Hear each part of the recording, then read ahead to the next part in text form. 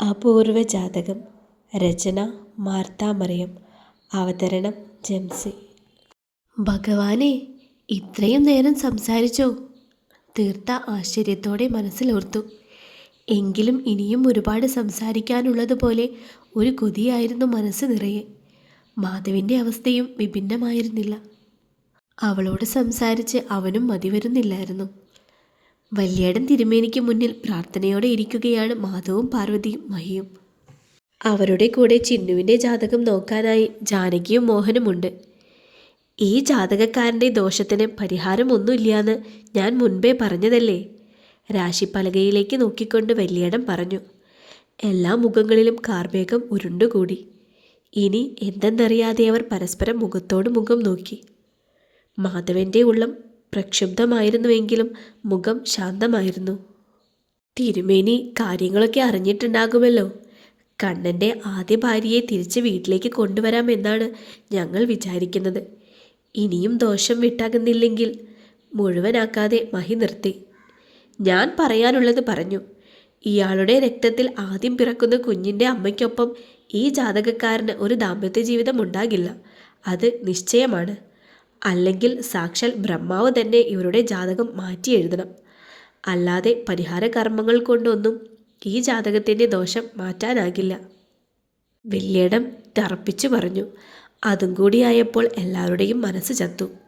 എല്ലാ മുഖങ്ങളിലും നിരാശ പടർന്നു. പിന്നെ നോക്കിയത് ചിന്നുവിൻ്റെയും അഖിലിൻ്റെയും ജാതകമായിരുന്നു. ഇരുവർക്കും 10-ൽ 8 പൊരുത്തമുണ്ടെന്നറിഞ്ഞതും ജാനകിയുടെയും മോഹൻ്റെയും മുഖം തെളിഞ്ഞു. നിശ്ചയത്തിനുള്ള മുഹൂർത്തം കൂടി കുറിച്ചതിന് ശേഷമാണ് അവർ അവിടെ നിന്നും ദക്ഷിണ കൊടുത്തിറങ്ങിയത്. തിരികെ മേലേടത്തേക്കുള്ള യാത്രയിൽ മുഴുവൻ പാർവതി എന്തോ ആലോചനയിൽ മുഴുകിയിരിക്കുകയായിരുന്നു. മഹിയുടെയും അവസ്ഥ വിഭിന്നമല്ലായിരുന്നു. സ്വന്തം മകൻ്റെ ജീവിതം കൺമുന്നിൽ ഇങ്ങനെ എരിഞ്ഞു തീരുന്നത് അവർക്ക് സഹിക്കാനാവുന്നുണ്ടായിരുന്നില്ല. എന്നാൽ മാധവ് ഇതൊന്നും തന്നെ ബാധിക്കുന്നതല്ല എന്ന മട്ടിൽ ഡ്രൈവിംഗ് ചെയ്യുകയായിരുന്നു. ഞാൻ അപ്പോഴേ പറഞ്ഞതല്ലേ തിരുമേനിയെ കാണണ്ടാന്ന്. ഇപ്പോൾ ഇതെല്ലാം അറിഞ്ഞപ്പോൾ എല്ലാവർക്കും സമാധാനമായല്ലോ. പാർവതി ആരെയെന്നില്ലാതെ കുറ്റപ്പെടുത്തിക്കൊണ്ട് പറഞ്ഞു.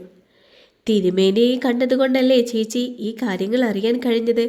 ജാനകി പറഞ്ഞു. എന്ത് കാര്യങ്ങൾ അറിഞ്ഞെന്നാ നീ പറയുന്നത്? നിന്റെ മോളുടെ കല്യാണത്തിൻ്റെ മുഹൂർത്തം കുറിച്ചു കിട്ടി. അല്ലാതെ എന്താ ഉണ്ടായത്? എൻ്റെ മോൻ്റെ ജീവിതം ഇങ്ങനെ നാശമായി പോവുകയല്ലേ? പാർവതി ജാനകിക്ക് നേരെ ചീറി. അത് കേട്ടതും ജാനകി നിശബ്ദയായി. നീ എന്താ ഈ പറയുന്നത്? മഹി ഇടപെട്ടു. പിന്നെ ഞാൻ എന്താ ഏട്ടാ പറയേണ്ടത്? ഈ കാര്യങ്ങളൊക്കെ അറിഞ്ഞാൽ അവൾ പിന്നെ തിരിച്ചു വരുമെന്ന് ഏട്ടന് തോന്നുന്നുണ്ടോ?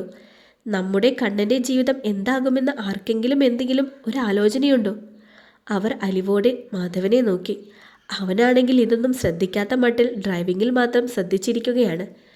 അതൊക്കെ നമുക്ക് വീട്ടിൽ ചെന്നിട്ട് സംസാരിക്കാം. നീയൊന്ന് സമാധാനപ്പെട്. പാർവതിയുടെ കയ്യിൽ മുറുകെ പിടിച്ചുകൊണ്ട് മഹി പറഞ്ഞു. പിന്നെ ആ കാറിനുള്ളിൽ അസുഖകരമായ ഒരു നിശബ്ദത തളം കിട്ടി. വീടെത്തിയപ്പോൾ തന്നെ പാർവതി ചവിട്ടിത്തുള്ളി അകത്തേക്ക് കയറിപ്പോയി. ഡാ, എന്താ നിന്റെ തീരുമാനം? മഹി ചോദിച്ചു. എന്താ അച്ഛാ? കാറിൽ നിന്നും ഇറങ്ങിക്കൊണ്ട് മാധവ് അച്ഛനെ നോക്കി. തീർത്ഥയുടെ കാര്യത്തിൽ എന്താ നിന്റെ തീരുമാനം? ഇത്രയൊക്കെ അറിഞ്ഞിട്ടും അവളെ ഇവിടേക്ക് കൊണ്ടുവരാൻ തന്നെയാണോ? ആ ബന്ധത്തിൽ താല്പര്യമില്ലാത്തതുപോലെയായിരുന്നു അയാളുടെ സംസാരം. പിന്നെ ഞാനെന്താ ചെയ്യേണ്ടത്? ഈ ജീവിതം ഇങ്ങനെ ജീവിച്ചാൽ മതിയോ? അച്ഛൻ പറ. അച്ഛൻ പറയുന്നത് അനുസരിക്കാം ഞാൻ. അവൻ അസ്വസ്ഥതയോടെ പറഞ്ഞു. എനിക്കൊരഭിപ്രായവുമില്ല മോനെ. ജീവിതം നിൻ്റെയാണ്. പക്ഷേ ഇനിയും നീ കാരണം ഒരു പെണ്ണിൻ്റെ കണ്ണുനീർ ഈ കുടുംബത്തിൽ വീഴരുത്. അത്രയുള്ളൂ അച്ഛന്. അതും പറഞ്ഞുകൊണ്ട് അയാളും അകത്തേക്ക് കയറിപ്പോയി. എന്ത് തീരുമാനമെടുക്കണമെന്നറിയാതെ അസ്വസ്ഥതയോടെ മാധവ് നെടുവീർപ്പെട്ടു. അവർ വന്നതറിഞ്ഞ് അച്ചമ്മ പുറത്തേക്കിറങ്ങി വന്നു. മാധവ് അപ്പോൾ ആലോചനയോടെ കാറിൽ ചാരി നിൽക്കുകയായിരുന്നു.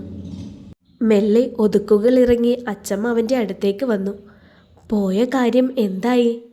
അവൻ്റെ കയ്യിൽ പിടിച്ചുകൊണ്ട് അവർ ചോദിച്ചു. എന്താവാൻ? രാശിപ്പലകയും ഗ്രഹങ്ങളുമെല്ലാം എനിക്കെതിരെയാണല്ലോ. ഞാൻ സന്തോഷത്തോടെ ജീവിക്കരുതെന്ന് അവർക്കെന്തോ വാശിയുള്ളതുപോലെയാണ്. ചിരിച്ചുകൊണ്ടാണ് അവനത് പറഞ്ഞതെങ്കിലും ഉള്ളിലൊരു സങ്കടക്കടൽ അലയടിക്കുന്നത് ആ കണ്ണുകളിൽ നിന്നും അച്ചമ്മ കണ്ടു. നീ എന്താ കണ്ണായി പറയുന്നത്? നമ്മുടെ കൂട്ടര് മാത്രമേ ഈ ജാതകത്തിലും രാഹുവിലും കേതുവിലും ചൊവ്വയിലുമൊക്കെ വിശ്വസിക്കുന്നുള്ളൂ. ക്രിസ്ത്യാനികളും മുസ്ലിമുകളും ഒക്കെ ഇതൊക്കെ നോക്കിയിട്ടാണോ കല്യാണം കഴിക്കുന്നത്? അവരൊക്കെ എത്ര സന്തോഷത്തോടെ ജീവിക്കുന്നു. ഒരു കണക്കിന് ജാതകം എഴുതുന്നത് തന്നെ തെറ്റാണ്. വരാനുള്ള കാര്യങ്ങൾ എന്തായാലും വരും. അത് നേരത്തെ അറിഞ്ഞിട്ട് വെറുതെ സമാധാനം കളയുന്നത് എന്തിനാണ്? എൻ്റെ അഭിപ്രായത്തിൽ നീ അവളെയും കൂട്ടി വാ. ബാക്കി നമുക്ക് വരുന്നിടത്ത് വെച്ച് കാണാം. അച്ചമ്മ അവനെ സമാധാനിപ്പിക്കാനായി പറഞ്ഞു. എന്നാൽ ആ വാക്കുകളിലൊന്നും ഒരു ആശ്വാസം കണ്ടെത്താനായില്ല. താൻ കാരണം ഇനിയും തീർത്ഥയുടെ കണ്ണുകൾ നിറയരുത് എന്ന് മാത്രമായിരുന്നു അവൻ്റെ ചിന്ത. ഒന്നും വേണ്ട അച്ചമ്മേ, എവിടെയാണെങ്കിലും അവൾ സന്തോഷത്തോടെ ഇരിക്കട്ടെ, ജീവനോടെ ഉണ്ടാകട്ടെ. വല്ലപ്പോഴും ഒന്ന് കാണാൻ പറ്റിയാൽ അത് മാത്രം മതി. അല്ലാതെ എൻ്റെ കൂടെ വന്ന് അവളുടെ ജീവിതം ഇല്ലാതാക്കാൻ എനിക്ക് വയ്യ.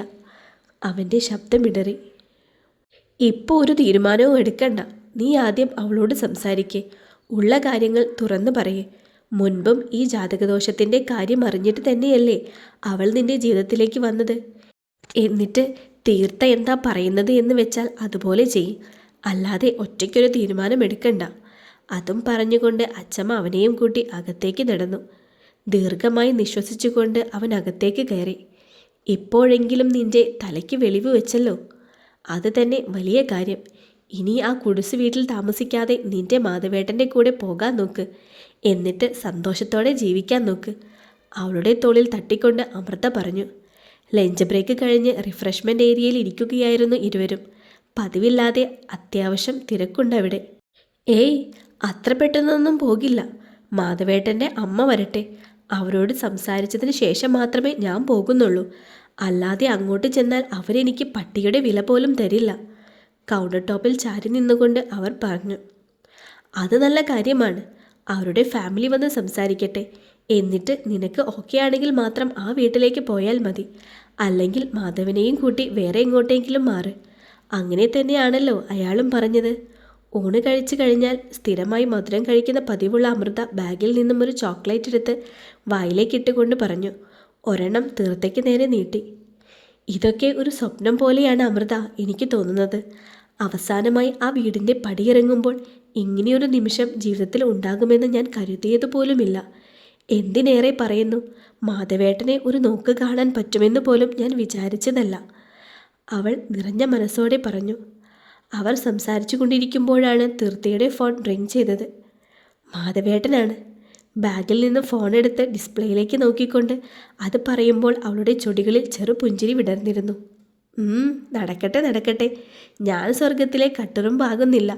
അതും പറഞ്ഞുകൊണ്ട് അമൃത ബാഗും എടുത്ത് തൻ്റെ ക്യാബിനിലേക്ക് നടന്നു.